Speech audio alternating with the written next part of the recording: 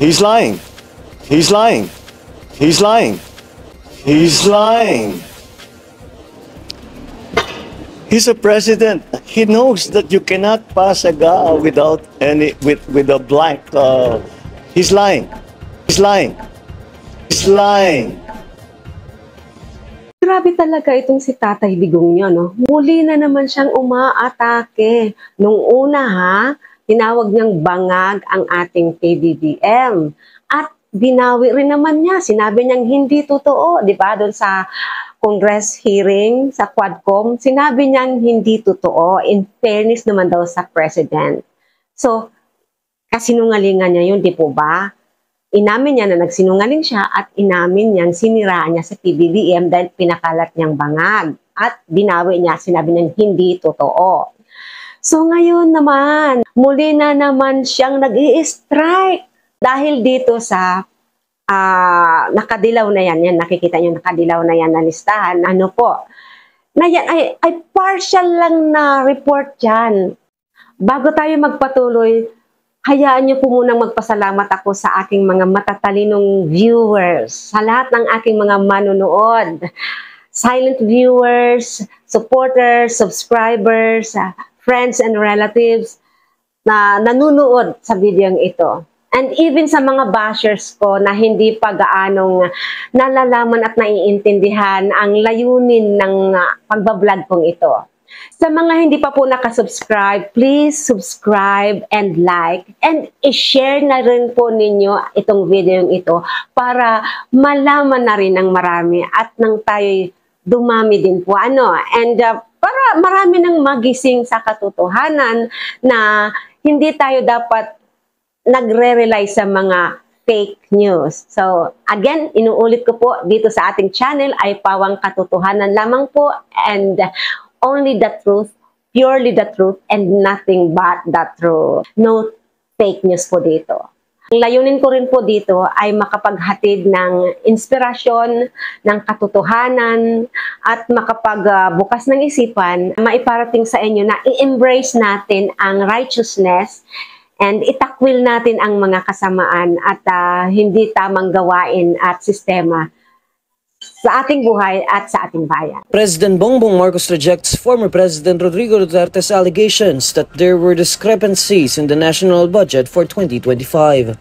In an ambush interview on Monday, January 20, Marcos was asked for a comment on Duterte's allegations that some sections of the General Appropriations Act were supposedly left blank to allow the administration to fill in amounts later, like a blank check to facilitate theft.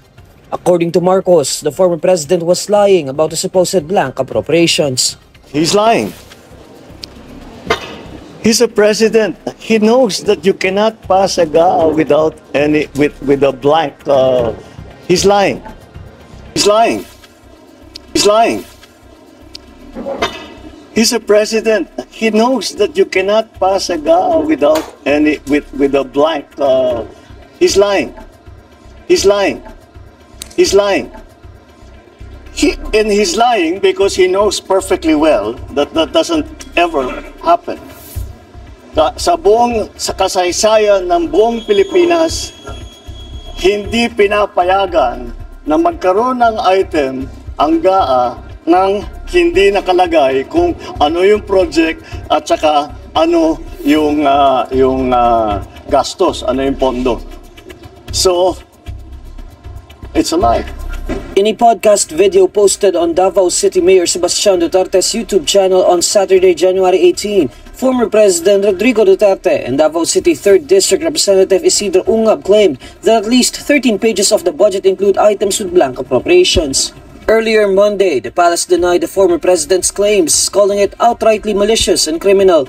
Executive Secretary Lucas Bersamin emphasized that it was impossible for any funding items to be left blank. According to Bersamin, all 4,000 pages of the 2025 General Appropriations Act were exhaustively reviewed by hundreds of professional staff from Congress and the Department of Budget and Management. He added that this meticulous line-by-line scrutiny was a pre-enactment check done by civil servants to make sure that the budget had no single discrepancy. He's lying because he knows perfectly well that that doesn't ever happen. Sa kasaysayan ng buong Pilipinas, hindi pinapayagan na magkaroon ng item ang GAA ng hindi nakalagay kung ano yung project at saka ano yung gastos, ano yung pondo. So, it's a lie.